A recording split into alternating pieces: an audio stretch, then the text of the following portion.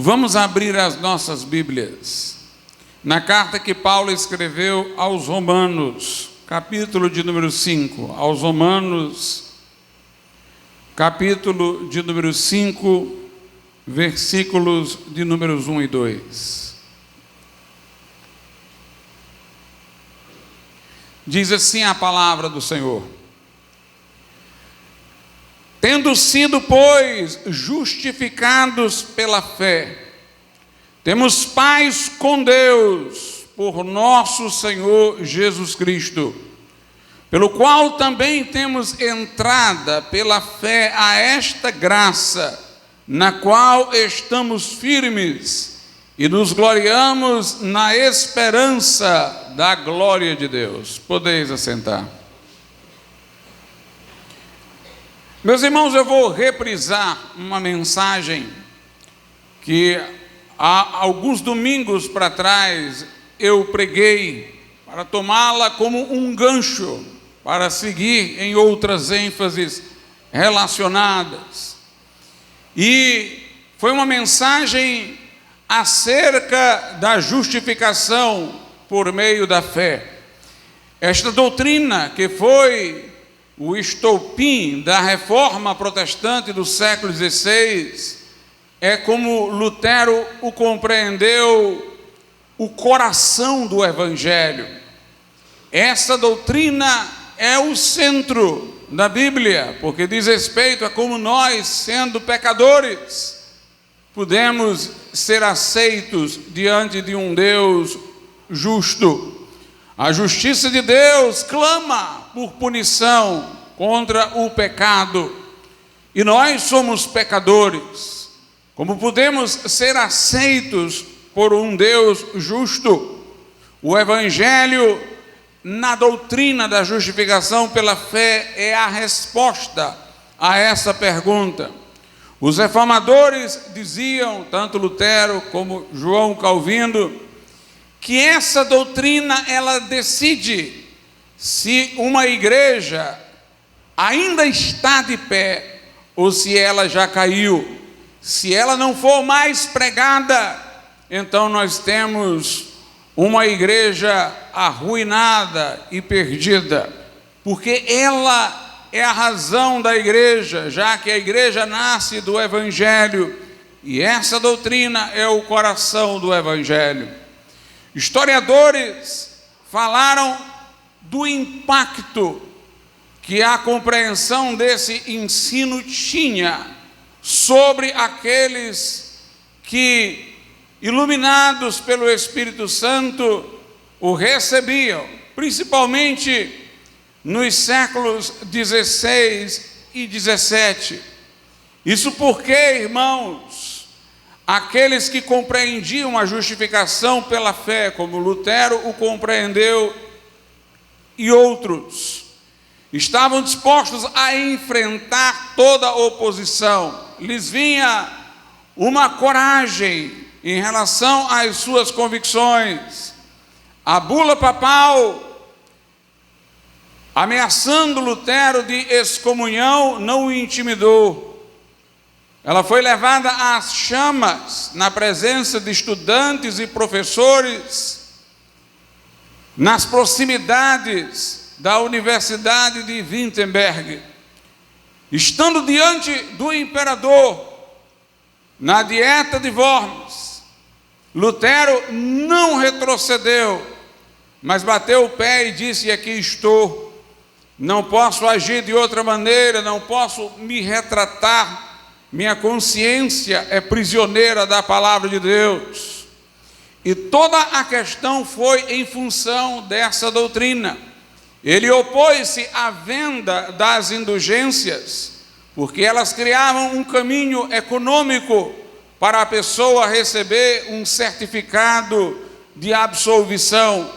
Lutero dizia, porém, que nós só podemos ser justificados, inocentados das acusações, absolvidos no tribunal de Deus, através da obra de Cristo, pela qual Ele levara os nossos pecados e recebera a sentença que era contra nós, e satisfizera a justiça de Deus, que clamava para que o pecado não passasse impune, mas tivesse compensação.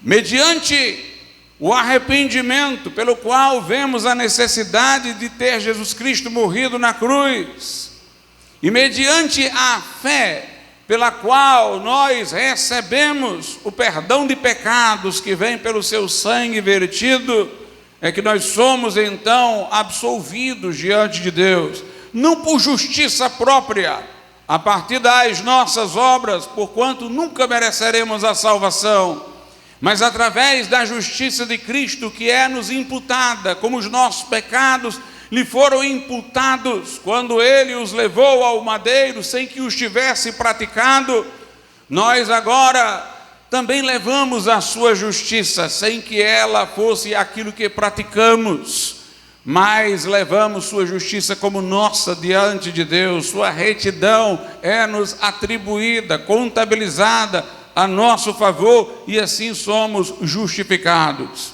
A grande angústia do monge agostiniano, Lutero, foi porque ele era suficientemente sincero para saber que as suas obras não poderiam merecer o favor de Deus.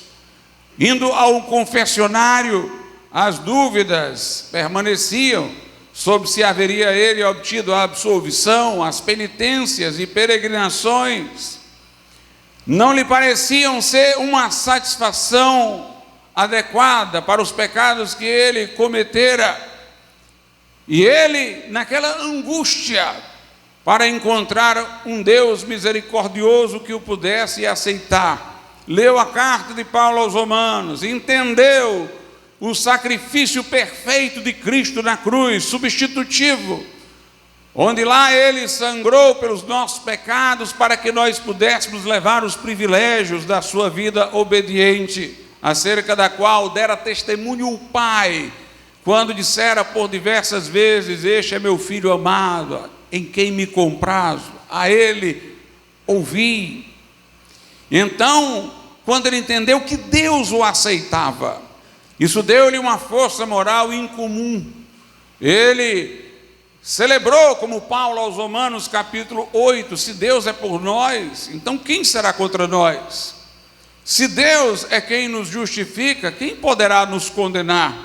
Se por nós foi o próprio Filho de Deus encarnado que morreu e que ressuscitou e que está à destra de Deus e intercede por nós, quem poderá nos separar do amor de Deus que está em Cristo Jesus? Essa confiança, essa certeza de que Deus lhe era favorável, e o fato de Deus ser levado a sério em sua existência, no temor que incutiu em Lutero, antes de obter o conhecimento da graça, a ponto de ele ficar aterrorizado com a ideia de um dia comparecer diante de Deus, a seriedade que ele viu em Deus para entender que somente o sacrifício do próprio Filho de Deus encarnado poderia compensar a culpa. Essa postura dele de reconhecer Deus tão profundamente e estar tão certo de que em Cristo fora aceito, o tornara inabalável, irretratável, lhe trazia uma confiança singular, que império não poderia amedrontá-lo, nem reis, nem príncipes, nem papas. E muitos que naquele tempo histórico encontraram essa doutrina, mostraram esta mesma firmeza. Um John Knox, que colocou no coração levar sua pátria terrena, a Escócia, a Cristo. Ele orava dizendo: dá-me a Escócia, senão eu morro. Ele compreendera a justificação pela fé e queria que esta mensagem chegasse aos seus conterrâneos.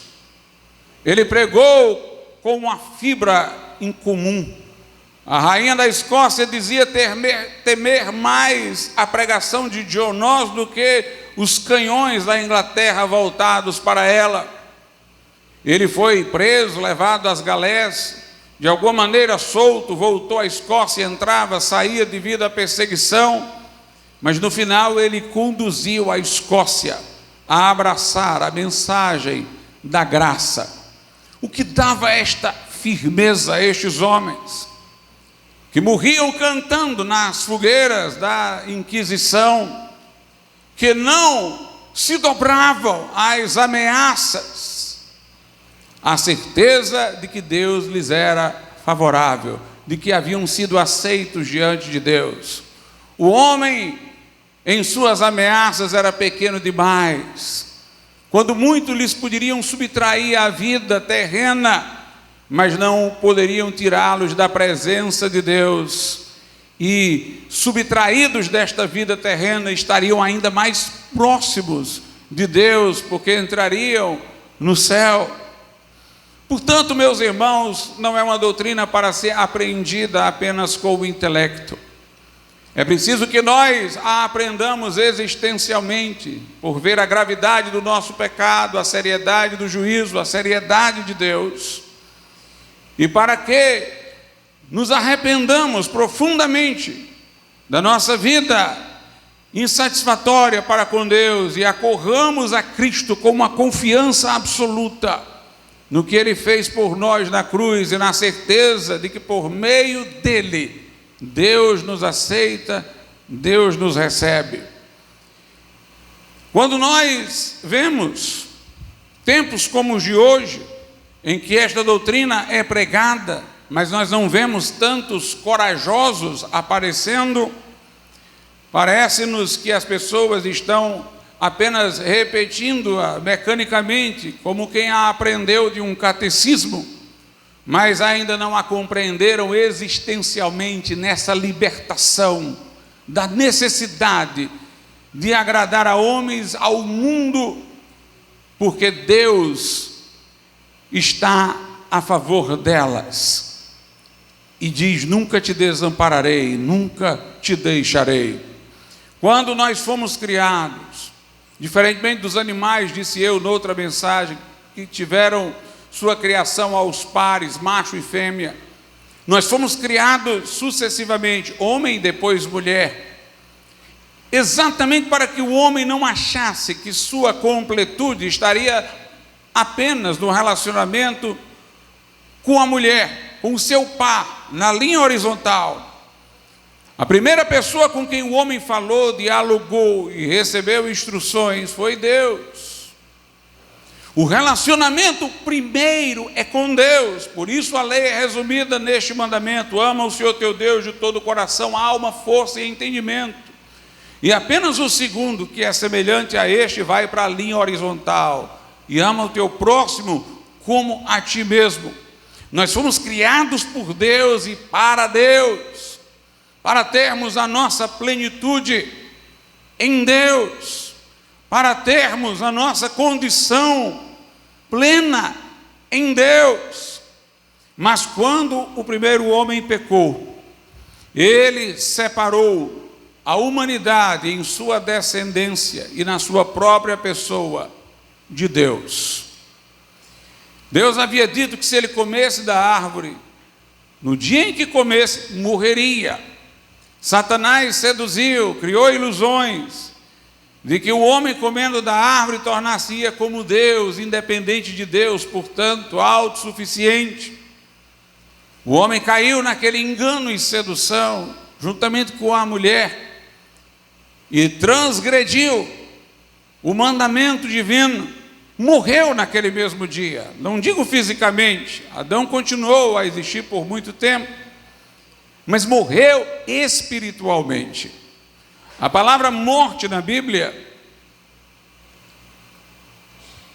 não tem o sentido de uma coisa em si, mas de algo relacional. Quando nós achamos que a morte é um corpo sem os órgãos funcionar, nós não estamos dando a definição correta de morte. Nós estamos dando uma definição sintomática de morte. A Bíblia Sagrada diz que o corpo sem o espírito está morto.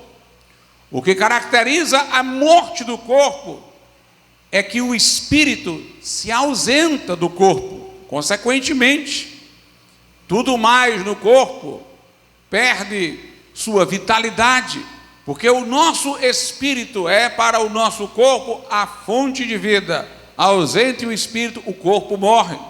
Portanto, morte é uma relação de ausência. Aquilo que traz vida agora não está dentro, está fora.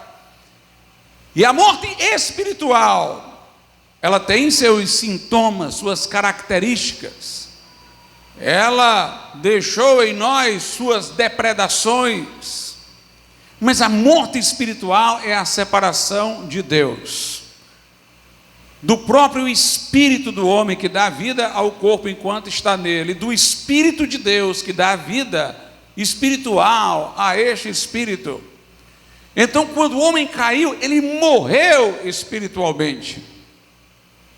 E quando ele morreu espiritualmente, ele perdeu o relacionamento com Deus, a comunhão com Deus para a qual ele foi criado. E aí o homem nessa situação, ele busca reconhecimento que seria para ele ter de Deus no outro, nas instituições do mundo em que vive.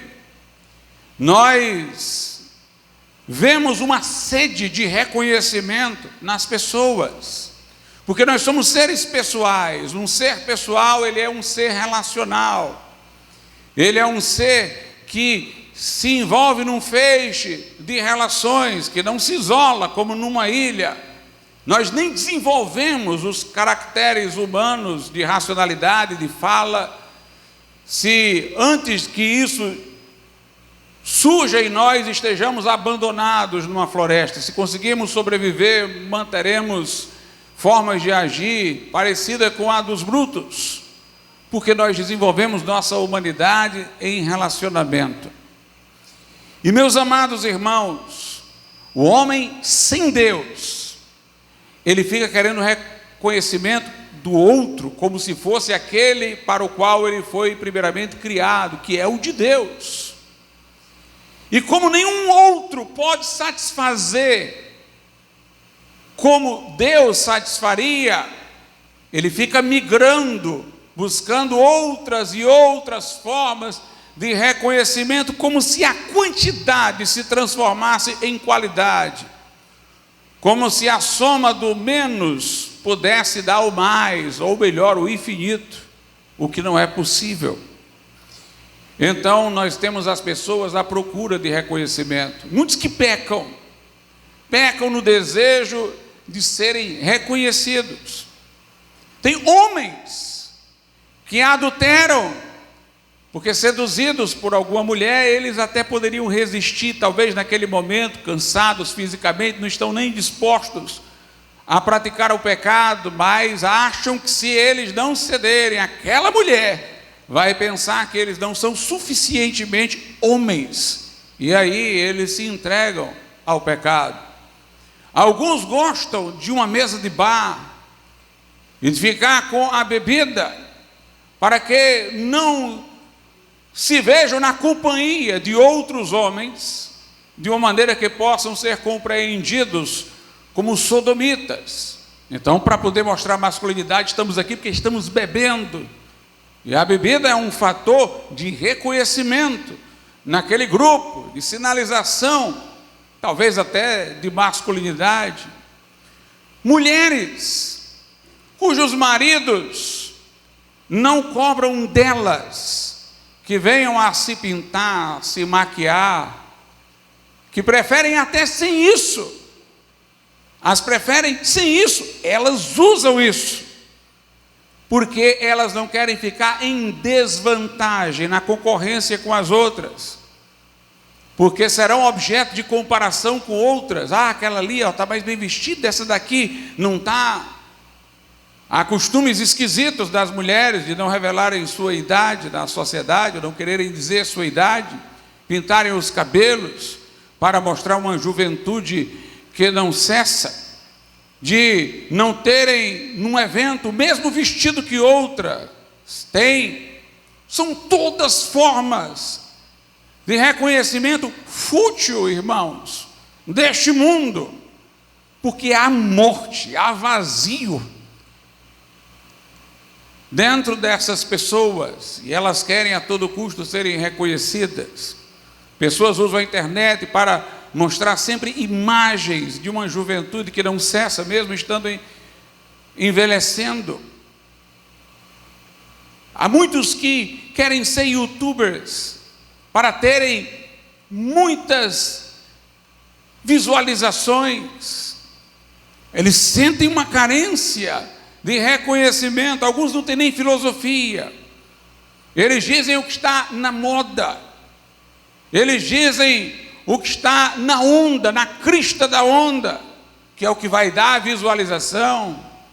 Alguns estão por aí brigando sem motivo nas redes sociais, só para que através das confusões que alardeiam possam ser notados. Algumas pessoas usam os filtros nas redes sociais para mudar sua aparência, para que as pessoas possam reconhecê-las como esteticamente mais belas, porque elas fizeram ali uma adaptação e subtraíram algumas coisas que elas não gostavam na sua própria aparência. Tudo isso revela, irmãos, o vazio do homem na busca de reconhecimento. Os jogos eletrônicos são uma forma de alienação, revela a insatisfação da pessoa consigo mesma.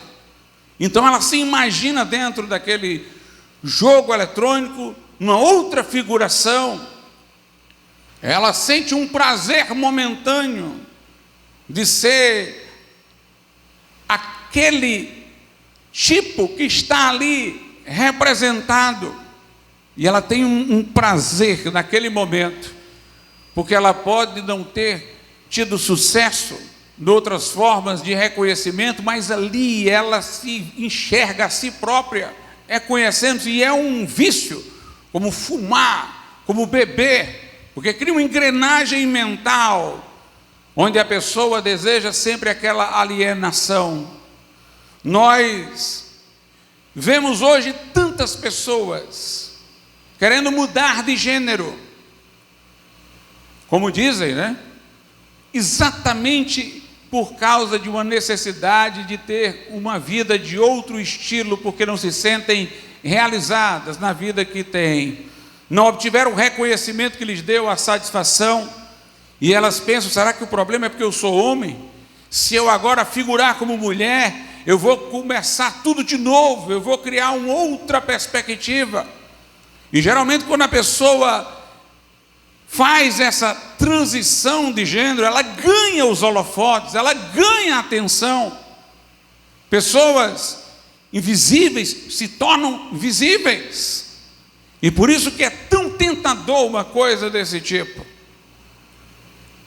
Porque a pessoa vai criar uma outra vida, e uma vida que para ela não está dando sucesso, ou não está obtendo o reconhecimento que ela gostaria. Aí naquela outra versão ela faz uma outra tentativa. E nós temos hoje uma situação esquisitíssima, irmãos, de inúmeros jovens, adolescentes, que dizem: eu quero morar em outro país. A minha família tem inúmeros jovens e adolescentes. Eu vou morar nos Estados Unidos, eu vou morar em Portugal, eu vou morar em outro estado. Pessoas de pouca idade já estão pensando nisso daí, mas é uma insatisfação. Elas acham que estando em outro lugar, elas vão poder ter a visibilidade que elas não estão tendo. E tudo isso que eu estou falando, irmãos, são fenômenos e não casos isolados. Eu tenho certeza que você já viu alguma destas coisas, e não viu em casos isolados, em situações isoladas, mas viu de maneira fenomênica. Pessoas querendo ir para outro canto, é assim que elas vão satisfazer, mudar de gênero. Gostam de viver a vida transferidas para dentro de um jogo eletrônico. Alguns vão para as drogas, alguns buscam status, riquezas, sucesso, fama, visibilidade, visualizações, numa obsessão desenfreada, porque há um vazio interior e uma sede de reconhecimento. Quando nós não temos a satisfação dentro de nós, procuramos nessas coisas. Jesus disse em João 4, a mulher samaritana: tu vens a este poço e bebe água, mas torna a ter sede. Jesus estava tomando o poço como uma figura ilustrativa deste mundo, das coisas que este mundo oferece. As pessoas, quando buscam satisfação em coisas externas, como o poço estava externo à mulher, elas só encontram uma satisfação efêmera. Amanhã elas têm que visitar o poço de novo, elas têm que ir atrás de outra forma. Mas Jesus falou de algo permanente. Ele disse: mas quem beber da água que eu der, nunca mais terá sede. Não vai precisar sair para o poço. Vai ter dentro dele uma fonte a jorrar para a vida eterna. Uma fonte a jorrar para a vida eterna. É interessante, meus amados irmãos, que no Velho Testamento Deus instituiu pedagogicamente alguns ritos. A circuncisão era um rito nos judeus,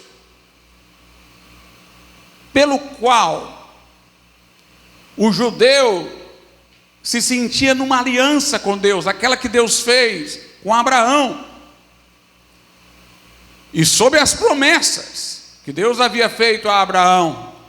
Existiam inúmeros ritos, como os sacrifícios dos animais, para a purificação quanto a carne, como diz a Bíblia. Quer dizer, não era uma purificação interior, não era o real perdão de pecados, era quanto a carne. Por quê? Porque dentro da cultura judaica se considerava alguém purificado quando fazia aquela cerimônia. Aquilo não era igualmente considerado diante de Deus, mas era naquela cultura e era conforme um mandamento que Deus dera para aquela cultura.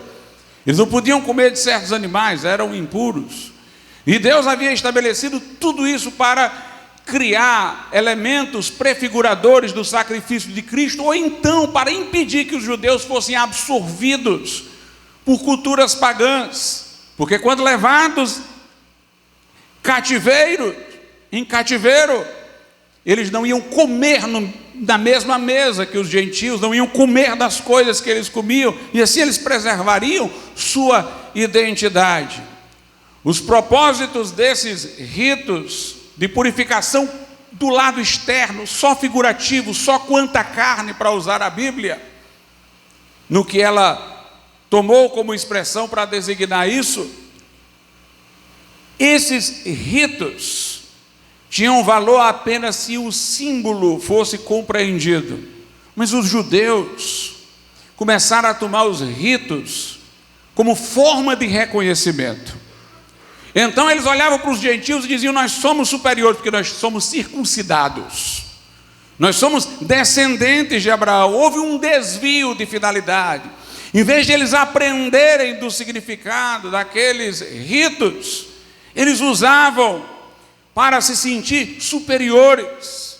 Não somos como os gentios, nós somos um povo que não pratica as imundícies dos gentios. Os romanos chamavam os outros povos de bárbaros, e os gregos também chamavam os outros povos de bárbaros. Cada povo se sentia superior. Os romanos por sua capacidade de organização e administração, os gregos por sua filosofia, e os judeus por sua aliança com Deus através de Abraão. E aí nós tínhamos apenas buscas de reconhecimento. A igreja primitiva teve dificuldade de lidar com isso, porque muitos judeus que diziam-se convertidos a Cristo ainda queriam dentro da igreja sentirem-se superiores aos crentes gentios por essas sinalizações externas. E isso, meus irmãos, foi combatido duramente pelo apóstolo Paulo. Todas essas buscas externas, quando a elas nos apegamos, são formas de buscar o reconhecimento que deveria existir em Deus, são comportamentos próprios de quem está espiritualmente morto. A Bíblia nos ensina que para haver a vivificação, para a nossa comunhão com Deus ser reatada, e aí eu estou sendo notado por Deus, Ele é meu Pai, eu sou seu filho, numa relação de comunhão, é preciso primeiro que sejamos justificados por meio da fé, que tenhamos os nossos pecados perdoados. Lá em Colossenses 2, a Bíblia diz no verso de número 13: quando vós estáveis mortos nos pecados e na incircuncisão da vossa carne, quer dizer, vocês não tinham nada de se gloriar na carne, eram incircuncisos, eram gentios, estavam mortos nos pecados, vos vivificou, Deus nos deu vida, juntamente com Ele, com Cristo, perdoando-vos todas as ofensas. Mediante o perdão é que nós reatamos a comunhão com Deus, mediante o sangue de Jesus, o seu sacrifício, no qual depositamos nossa fé, é que o véu se rasga, a porta se abre, a distância é transformada em proximidade, e nós somos adotados como filhos e saímos da posição de réus no tribunal de Deus. A Escritura também diz lá em Romanos 5, verso 18: pois assim como por uma só ofensa, a de Adão, veio o juízo sobre todos os homens para a condenação, assim também por um só ato de justiça, o de Cristo na cruz, veio a graça sobre todos os homens para a justificação de vida, ou conforme outra tradução, para a justificação que dá vida.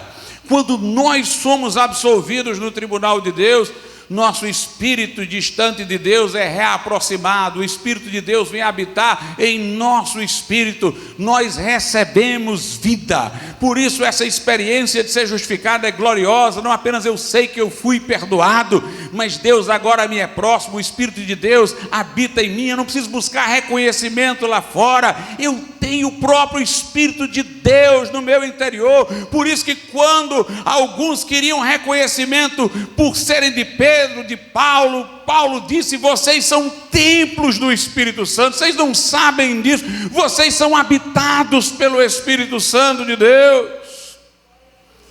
Nós não precisamos ir ao poço, nós bebemos da água e ela se tornou dentro de nós uma fonte a jorrar para a vida eterna. O texto aqui diz: tendo sido, pois, Romanos 5, que lemos no início, justificados pela fé, temos agora paz com Deus. Não há tensão na relação com Deus, há paz com Deus, há comunhão com Deus, por nosso Senhor Jesus Cristo, pelo qual também temos entrada pela fé a esta graça de sermos justificados, na qual estamos firmes e nos gloriamos na esperança da glória de Deus. A Bíblia Sagrada diz-nos o seguinte, lá em Filipenses, capítulo de número 3, verso de número 3: porque a circuncisão, os judeus se gloriavam tanto porque tinham a circuncisão física da carne, e Paulo diz: porque a circuncisão somos nós. A circuncisão agora, a aliança com Deus agora, não é mais um rito externo para diferenciar na carne um povo de outro. Circuncisão somos nós que fomos transformados, salvos. Porque a circuncisão somos nós que servimos a Deus, note, em espírito, e nos gloriamos em Jesus Cristo e não confiamos na carne. Nós não servimos a Deus pelo lado de fora, mas pelo lado de dentro. Servimos a Deus em espírito. No diálogo de Jesus com a mulher samaritana, ele não apenas falou desse negócio de beber do poço e voltar a ter sede, ele ter uma água que dentro da mulher se tornaria uma fonte própria que jorra para a vida eterna. Jesus também respondeu a ela uma pergunta. Ela disse: olha, os samaritanos, o meu povo, dizem que nós devemos adorar nesse monte, que tem história para nós, mas a nação de Israel entende que se deve adorar lá em Jerusalém, que é onde está o templo. Note, o judeu queria se sentir superior porque tinha um templo, o samaritano que não tinha um templo queria se sentir superior por uma razão externa, por um monte que tinha algum valor histórico na história do povo de Deus. Mas Jesus disse: é chegada a hora, mulher, em que os verdadeiros adoradores adorarão o Pai não no monte, não no templo, mas em espírito e em verdade. Ou seja, agora não é do lado de fora, agora é do lado de dentro. Por isso que Paulo diz: a circuncisão somos nós, que servimos a Deus em espírito. Nosso espírito morto foi vivificado, agora nós servimos a Deus em espírito e nos gloriamos em Jesus Cristo e não confiamos na carne, em qualquer condição de reconhecimento que possamos ter neste mundo. Lá em Romanos, a Bíblia Sagrada nos diz o seguinte, no capítulo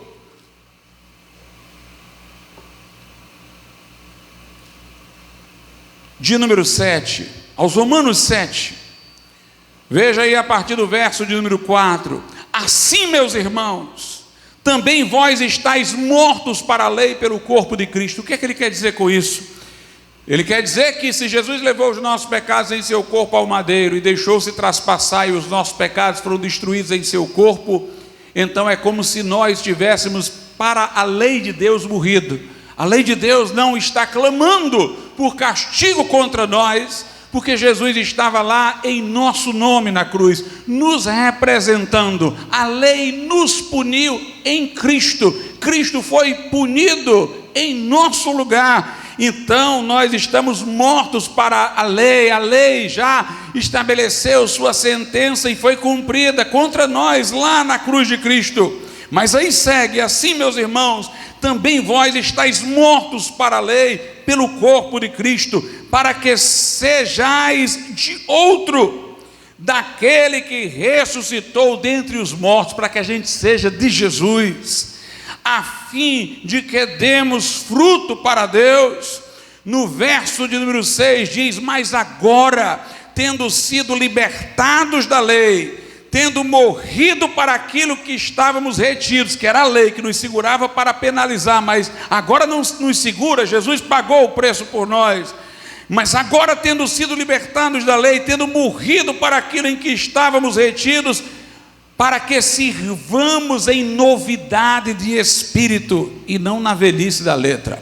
Nós servimos a Deus não na velhice da letra, da lei, que estabelecia apenas distinções externas, purificações só na aparência, rituais só de valor para uma determinada cultura, para valor pedagógico e social. Não, nós servimos a Deus não na velhice da letra, nós servimos em espírito. Nosso espírito acordou do sono, temos comunhão com Deus. Em Romanos 1, a Bíblia Sagrada diz no verso de número 9: porque Deus, diz Paulo, a quem sirvo em meu espírito, no evangelho de seu Filho, me é testemunha de como incessantemente faço menção de vós nas orações. Paulo diz: eu sirvo a Deus em meu espírito. A Escritura diz o seguinte, lá em Hebreus 7,14, desculpe-me, 9,14, aliás 9, 13 e 14, veja o que diz aí: porque se o sangue dos touros e de bodes, dos ritos da lei mosaica, e a cinza de uma novilha aspergida, os sacrifícios que os judeus ofereciam em seu tempo, sobre os imundos, os santifica, note, quanto à purificação da carne, os santificava do lado de fora. Quanto à aparência, era considerado culturalmente alguém purificado depois que recebia a aspersão do sangue. Aí ele diz no verso 14: quanto mais o sangue de Cristo, que pelo Espírito eterno se ofereceu a si mesmo imaculado a Deus, purificará as vossas consciências.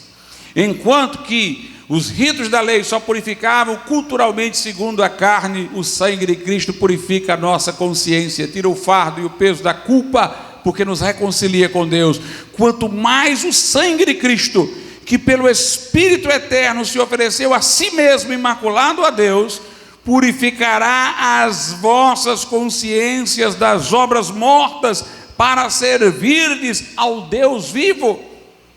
Observe, nossas obras antes de o sangue de Jesus purificar as nossas consciências eram obras mortas, porque nós estávamos mortos espiritualmente. Meus amados irmãos, nenhuma obra de um incrédulo tem valor para Deus, nenhuma oração porque não é feita em nome de Jesus, porque não é feita a partir da reconciliação com Cristo. Deus pode ouvir uma oração na sua soberania, mas não tem promessa de ouvir a oração de um incrédulo. Não há culto que seja aceitável, mesmo que a pessoa esteja cultuando Jesus, se ela não nasceu de novo, se não veio a Cristo arrependida por meio da fé, foi justificada e recebeu vida, é um culto morto, são obras mortas. Só quando o nosso espírito renasce, nós podemos servir a Deus em espírito. A Bíblia sempre fala que o culto só é possível se alguém for vivificado. Lá em Pedro diz assim, 1 de Pedro, capítulo de número 2, versículo 5, falando dos crentes, diz: vós também, nós, como pedras vivas, nós somos pedras do edifício de Deus e pedras vivas, sois edificados casa espiritual e sacerdócio santo, para oferecer sacrifícios espirituais agradáveis a Deus por Jesus Cristo. Nós só podemos oferecer a Deus sacrifícios espirituais se formos vivos espiritualmente.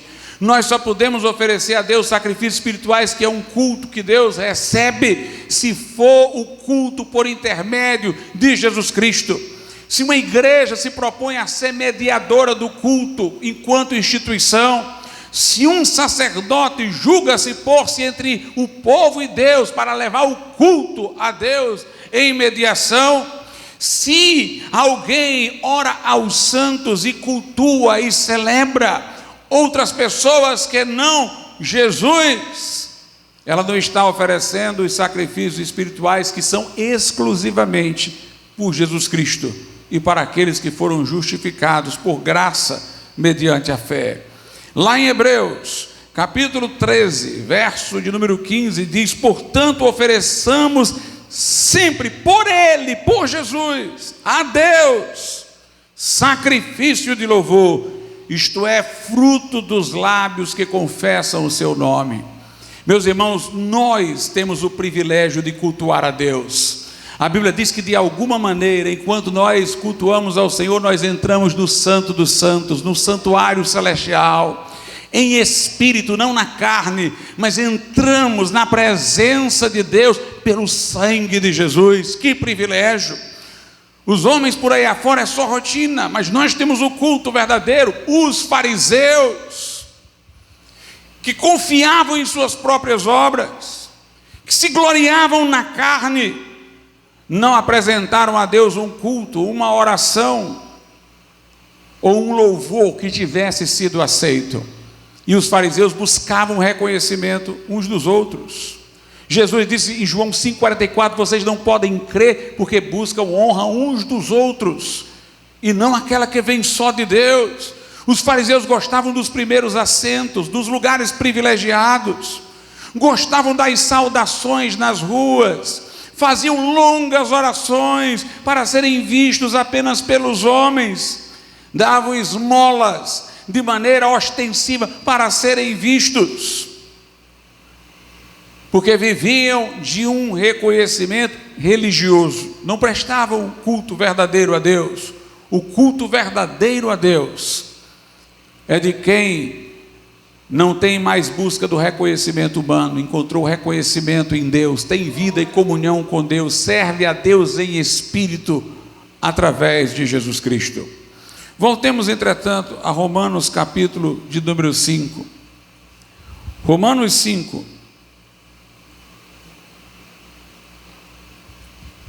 A Bíblia diz no verso de número 5: e a esperança não traz confusão, porquanto o amor de Deus está derramado em nossos corações pelo Espírito Santo que nos foi dado.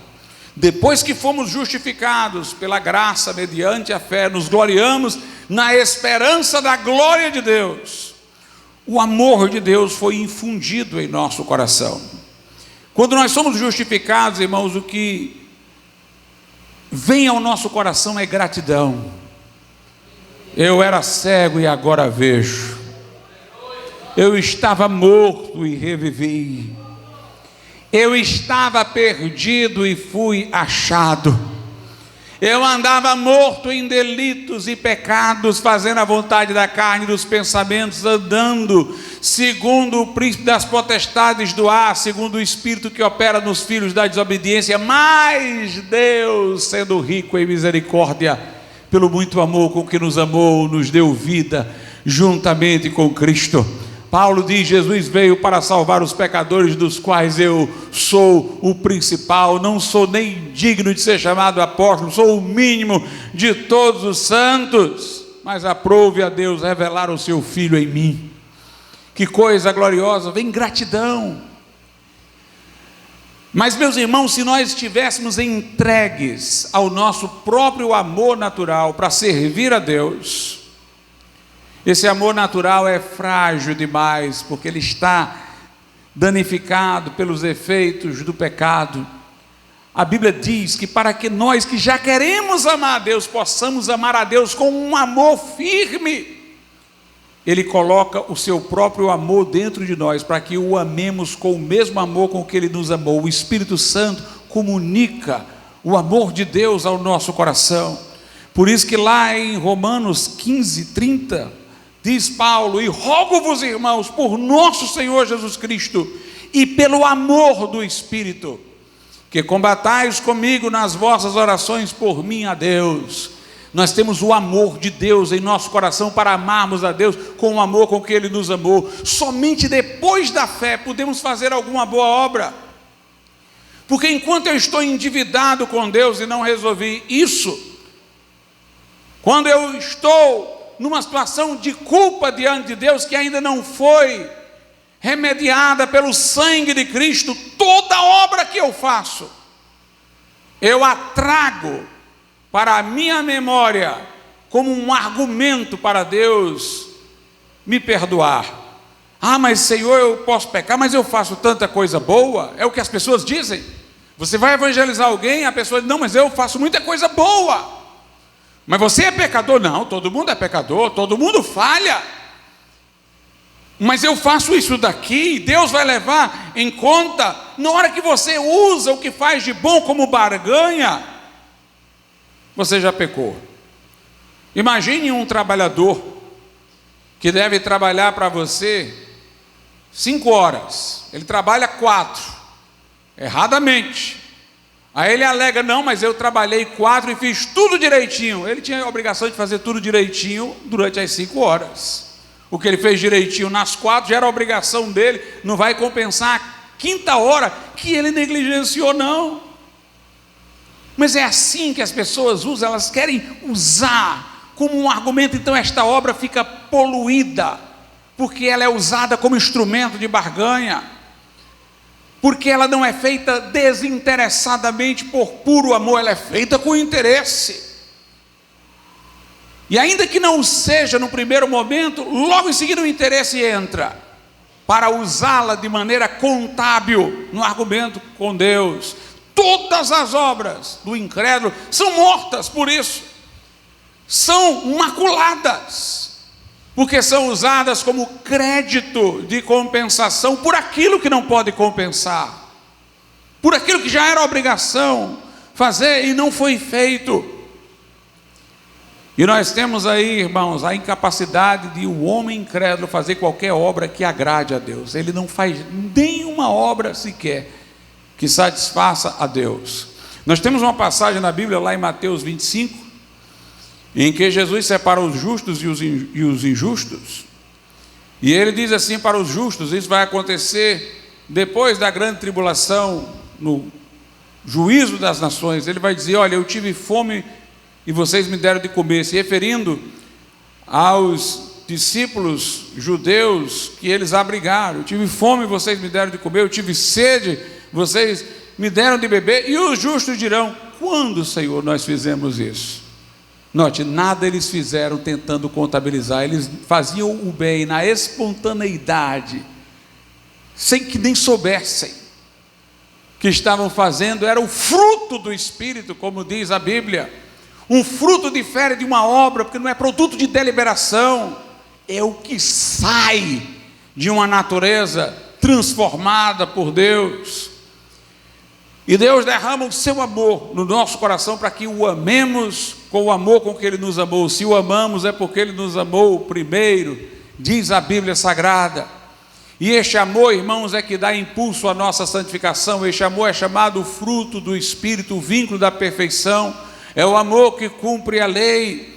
É andando neste amor, é seguindo este amor que nós vamos estar vivendo sempre de conformidade com a vontade de Deus. Por isso somos salvos pela fé, mas por uma fé que vai receber o amor de Deus e passar a atuar através deste amor. Uma fé viva e não morta, uma fé dinâmica e não estática, uma fé que se revelará em obras de serviço e gratidão a Deus, sem que haja qualquer interesse de usar essas obras de forma contábil, porque nem precisa o crente fazer isso, porque ele sabe que já foi perdoado pelo sangue de Jesus.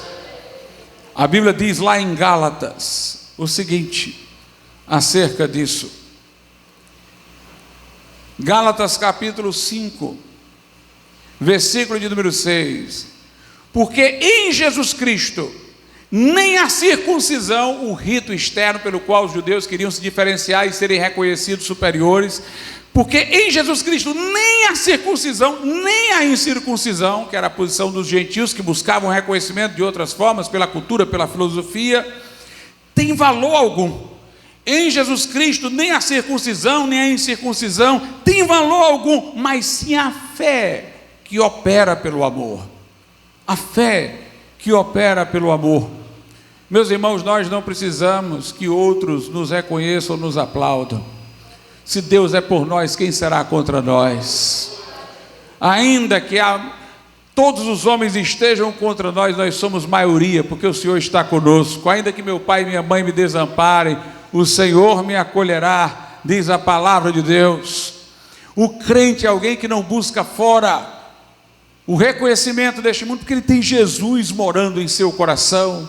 Ele tem comunhão com Deus por nosso Senhor Jesus Cristo. Por isso que Paulo disse: nós somos lixo do mundo. Que expressão forte, né, irmãos? Nós somos considerados lixo do mundo. Mas Paulo diz na carta aos Coríntios 15: mas pela graça de Deus eu sou o que sou. Graças a Deus que eu sou o que eu sou. Para o mundo eu sou lixo, mas para Deus eu sou outra coisa. Eu tenho outro reconhecimento. Diante de Agripa, o rei, Paulo acorrentado, prisioneiro, acusado, começou a pregar.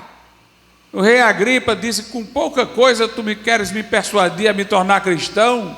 E Paulo, acorrentado, prisioneiro, acusado, ele disse: quisera Deus que pelo muito ou pelo pouco tu fosses como eu sou, exceto essas cadeias. Paulo disse: para mim o viver é Cristo e o morrer é ganho. No final ele disse: combati o bom combate, acabei a carreira e guardei a fé, e desde agora me está guardada a coroa da justiça. As pessoas estão espiritualmente mortas. Nesse tempo, irmãos, em que a própria cultura nega Deus, porque já tivemos uma cultura religiosa, as maneiras de buscar reconhecimento são as mais efêmeras. Bauman, que é um sociólogo, no seu livro Em Busca da Política, ele disse: houve tempo em que as pessoas procuravam reconhecimento, mas pelo menos em alguma coisa mais elevada, em valores patrióticos da nação, em valores familiares, honrar o nome de uma família. Ele disse: mas o vazio está tão instalado hoje, que ele diz: a maior parte das pessoas vivem uma procura de reconhecimento, ele diz, pelo peso. E ele fala de pessoas obcecadas por emagrecerem, por terem um corpo bem constituído, que andam para cá e para lá com uma balança na mão. Aí ele diz: são pessoas que já não têm mais nenhum sentido na vida maior do que elas. O único sentido para elas é olhar no espelho e se sentirem grandes, belas. É o puro narcisismo. por uma sociedade vazia, morta espiritualmente. Mas a Bíblia diz que o crente tem um novo nome escrito na glória. O que vencer, diz lá no Apocalipse, receberá uma pedrinha branca, e que ninguém sabe o que está escrito nela, só ele e o Senhor. Não é a pedrinha branca com alguma coisa escrita para dizer, está vendo aqui, ó o que é que está escrito? Não, é a pedrinha branca para eu não dizer para ninguém, é entre mim e Deus. É uma intimidade que eu tenho com Deus, eu não preciso que ninguém saiba. É o Senhor que me vê em secreto no meu quarto de oração. É o Senhor que está comigo no vale da sombra da morte, e eu não temerei mal algum. Nós precisamos de crentes, irmãos, que creiam, que saibam disso, do impacto revolucionário da mensagem da justificação pela fé. Eu, no tribunal de Deus, que estava na iminência de ser condenado e descer ao inferno sem reversão, ouvi o juiz bater o martelo e me declarar inocente das acusações, justo. E o juiz tirou a toga, desceu da tribuna e me adotou como filho. Não tem diabo no inferno que possa me amedrontar. Não tem diabo no inferno. Quando Lutero estava indo para a dieta de Worms, disseram, vão te matar lá, depois que tu falar desse teu ensino aí da justificação pela fé. Ele disse, mas eu irei, ainda que haja tantos demônios quanto seja o número de telhas naquele lugar. Que nós tenhamos essa firmeza, irmãos. Cristo em vós, a esperança da glória. Nos gloriamos na esperança da glória de Deus. Vamos ficar de pé.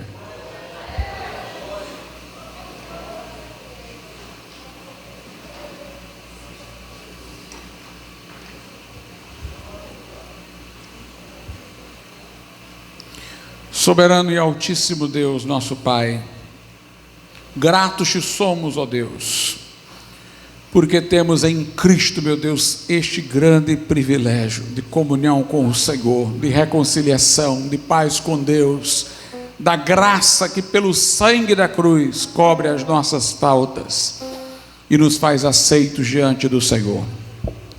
Que o Teu Espírito trabalhe hoje aqui em corações e vidas, ó Pai, e que traga, meu Deus, corações ao arrependimento e transformação.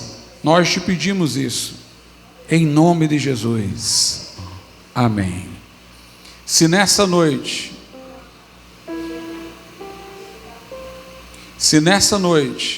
houver alguém aqui que não é crente e quer entregar sua vida a Jesus, levante sua mão e nós vamos orar por você. Se alguém não tem certeza ainda da sua salvação, alguém diz, pastor, se eu morresse agora, eu não sei para onde iria a minha alma, mas eu quero ter certeza de morar no céu. Eu quero saber que Jesus me acolhe. Levante sua mão, como eu estou fazendo, e nós vamos orar por você. Se você conhece a palavra, está afastado, afastada, longe dos caminhos do Senhor, quer se reconciliar com Deus, este é o dia e o lugar. Levante sua mão, da mesma forma que eu estou aqui, e nós vamos orar. E nós vamos orar pela tua vida nessa noite, se houver alguém. Amém, minha irmã. Glória a Deus. Se houver mais alguém que queira se reconciliar com o Senhor, ou entregar seu coração a Cristo, vem agora, em nome de Jesus. Levante sua mão.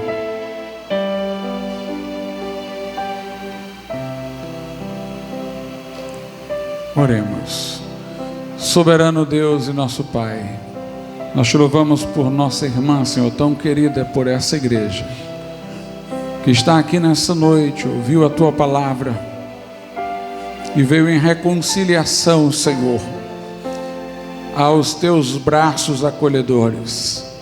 Que o Senhor, meu Deus, a conforte com a segurança da cruz, do perdão, que o Senhor, meu Deus, possa se tornar para ela uma fortaleza neste tempo, e que o Senhor dê vitória, meu Deus, contra tudo aquilo que se opõe à tua vontade, fazendo-a vitoriosa por meio de Cristo, que vive, e por meio do sangue da sua cruz.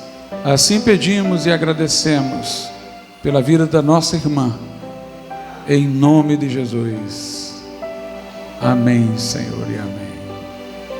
Deus abençoe, minha irmã. Vamos orar nessa noite pelo Samuel, irmãos. Eu convido aqui a Bruninha, o Ramon, vamos aqui apresentar